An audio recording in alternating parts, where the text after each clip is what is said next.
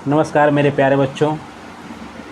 आज आप लोगों का यूपी बोर्ड का हाई स्कूल और इंटरमीडिएट का रिज़ल्ट आया है।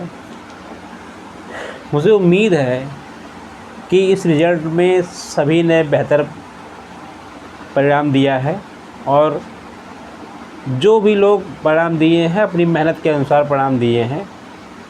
वहाँ बहुत परेशान होने की आवश्यकता नहीं। आपका जो भी रिज़ल्ट आया है वो अच्छा ही आया होगा और आपकी आशा के अनुरूप आया होगा। और सबसे बड़ा प्रश्न ये है कि अभी तक आपने जहाँ से भी पढ़ाई की है, जिस पृष्ठभूमि से पढ़ाई की है, गांव से पढ़ाई की है, शहर से पढ़ाई की है, कोचिंग को लेके पढ़ाई की है, बिना कोचिंग के पढ़ाई की है, जिस भी तरीके से पढ़ाई की है वह बहुत बड़ा मैटर नहीं करती।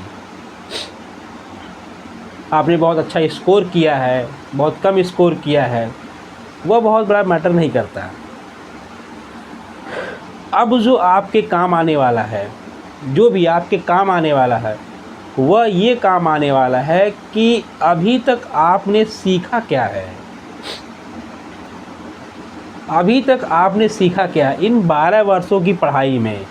क्लास 1 से लेके 12 तक आपने जितने भी सब्जेक्ट पढ़े हैं, जो भी चीज़ें पढ़ी हैं अपनी लाइफ में, आपने क्या सीखा है उन सब सब्जेक्टों से, ये ज़्यादा आपके लिए जो है लाभदायक है। दूसरी बात कि सबसे बड़ी समस्या ये है आपके सामने कि अब इंटर के बाद क्या किया जाए, किस फील्ड में जाया जाए, कौन सा फील्ड आपके लिए बेहतर होगा। तैयारी की जाए गवर्नमेंट जॉब के लिए या फिर आगे पढ़ाई की जाए, उसके साथ तैयारी की जाए। अलग अलग चैलेंजेस आपके सामने होंगे। दूसरी बात, तमाम बच्चे अलग अलग पृष्ठभूमि से आते हैं। सबकी पृष्ठभूमि एक जैसी नहीं होती है।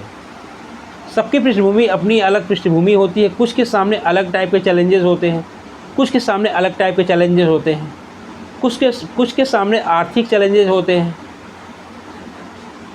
इन सब चैलेंजेस से आपके पास बाहर निकलने का जो रास्ता है वह एकमात्र रास्ता आपका एजुकेशन है।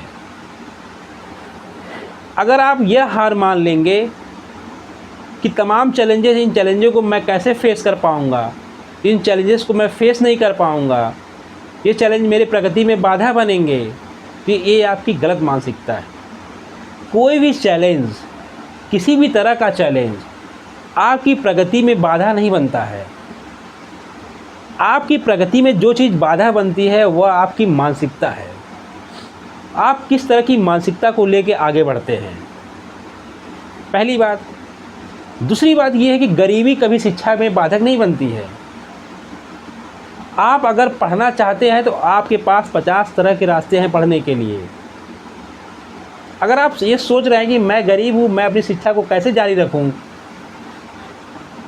आजकल बहुत सारे ऑप्शन हैं जो शिक्षा को जारी रखने के।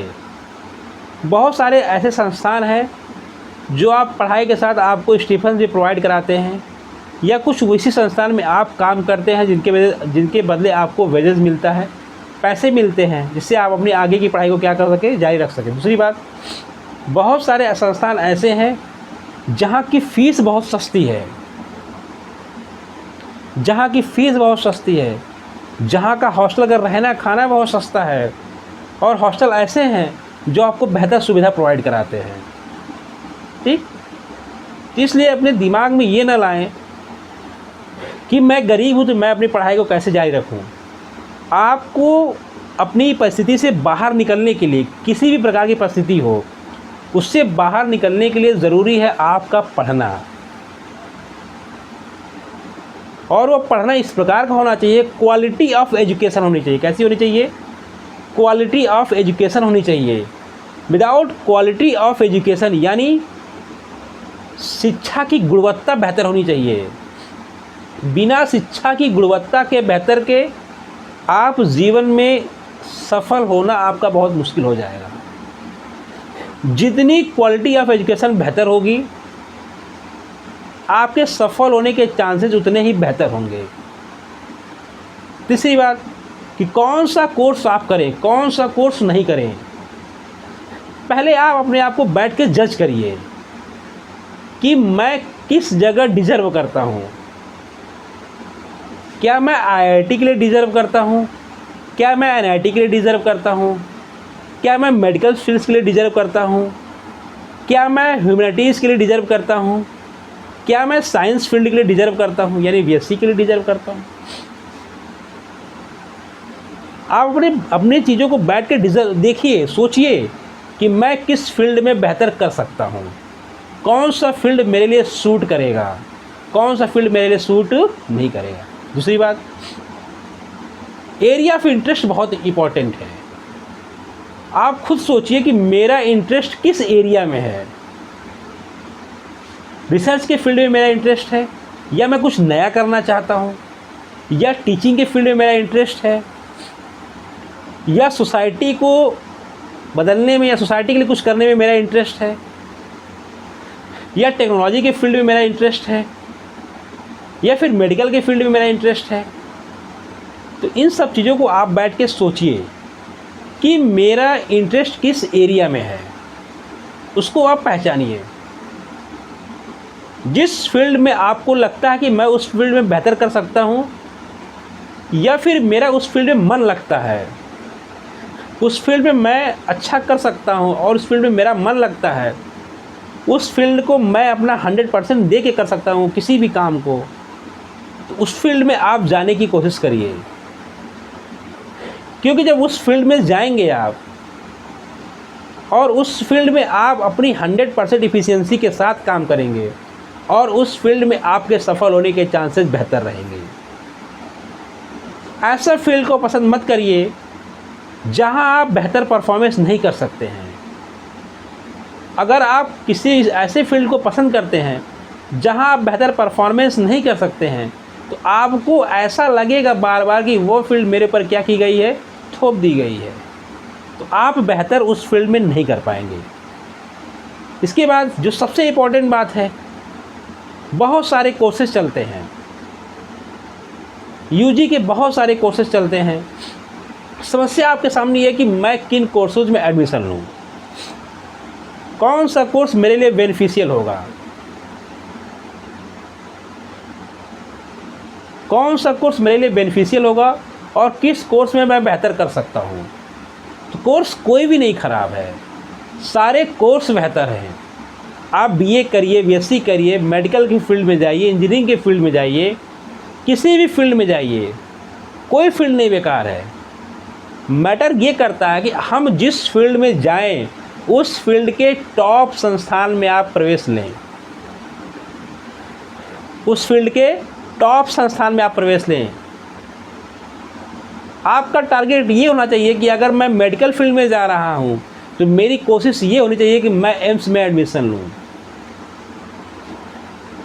दूसरी बात, अगर आप इंजीनियरिंग के फील्ड में जाना चाहते हैं, आपकी कोशिश ये होनी चाहिए कि मैं जो आईआईटीज़ में एडमिशन लूँ। इंजीनियरिंग बहुत सारे लोग करते हैं, बहुत बड़ी भीड़ एक इंजीनियर की आती है, लेकिन ज़्यादातर इंजीनियर क्या होते हैं, असफल होते। ज़्यादातर इंजीनियर क्या होते हैं, असफल होते। क्यों असफल होते हैं? उसका रीज़न क्या है कि बहुत सारे अलग अलग संस्थानों से पढ़ के आते हैं और वह संस्थान जो क्वालिटी ऑफ एजुकेशन चाहिए वह क्वालिटी ऑफ एजुकेशन उनको प्रोवाइड नहीं कर पाते। इसका मतलब ये नहीं कि इंजीनियरिंग बहुत ही अच्छा कोर्स है, लेकिन कोर्स वही बेहतर है जो आप टॉप संस्थान से कर सकें।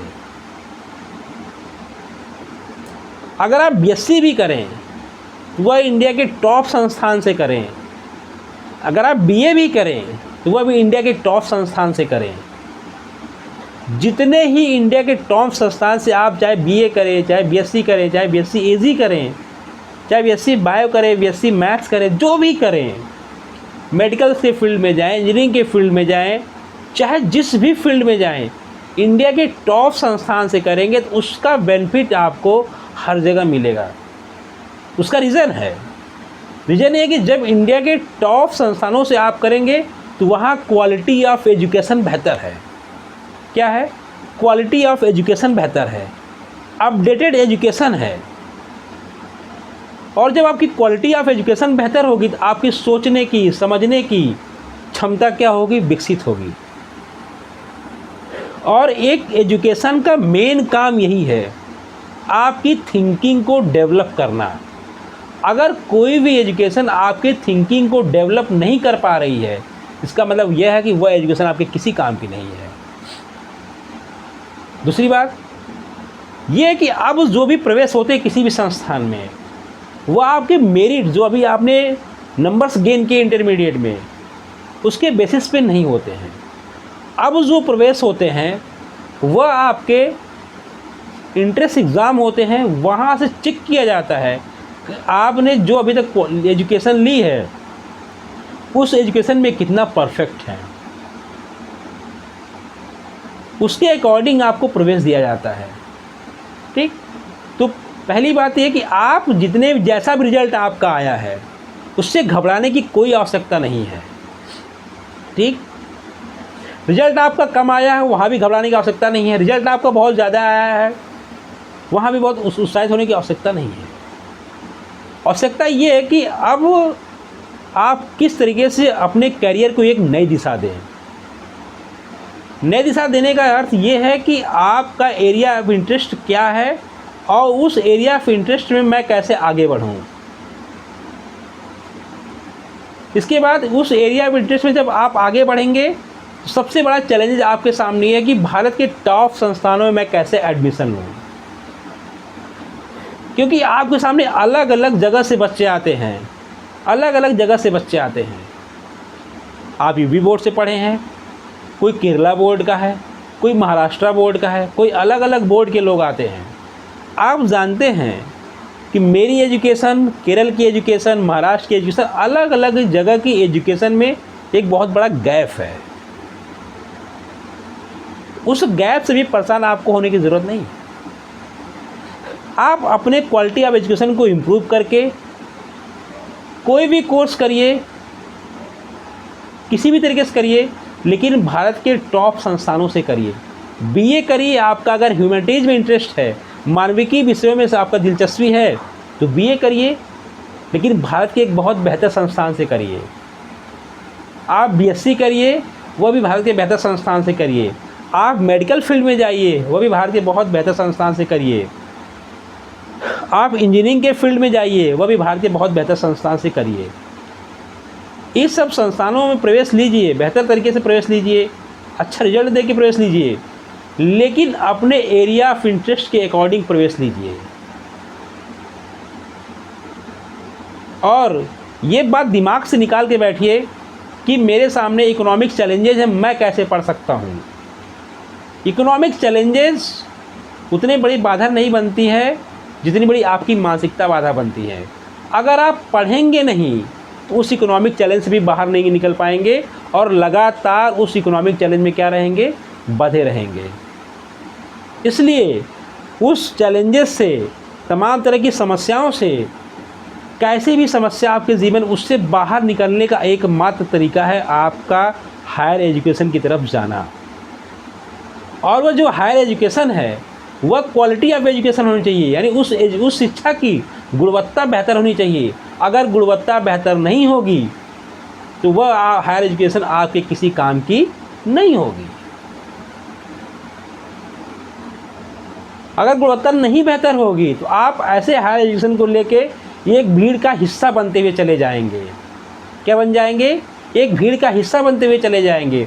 और भीड़ का हिस्सा जब बनेंगे तो आपके सामने अभी जो तो कोई चैलेंजेस नहीं है, आपने कहीं से भी शिक्षा ले ली है, उसके बाद आपके सामने बहुत चैलेंजेज आएंगे। इसलिए भीड़ का हिस्सा बनने का कोशिश मत करिएगा। आपका जो एरिया ऑफ इंटरेस्ट है, जो आपकी ज़रूरत है, जिसमें आप बेहतर कर सकते हैं, उन्हीं कोर्सेज में एडमिशन लीजिएगा। और भारत के टॉप संस्थानों में एडमिशन लेने की आपकी पहली प्रायोरिटी होनी चाहिए। मुझे आगे क्या करना है, भारत के कैसे बेहतर संस्थानों में मैं एडमिशन ले सकता हूँ। इसके लिए आपको निरंतर और एफ़र्ट डालने की ज़रूरत है।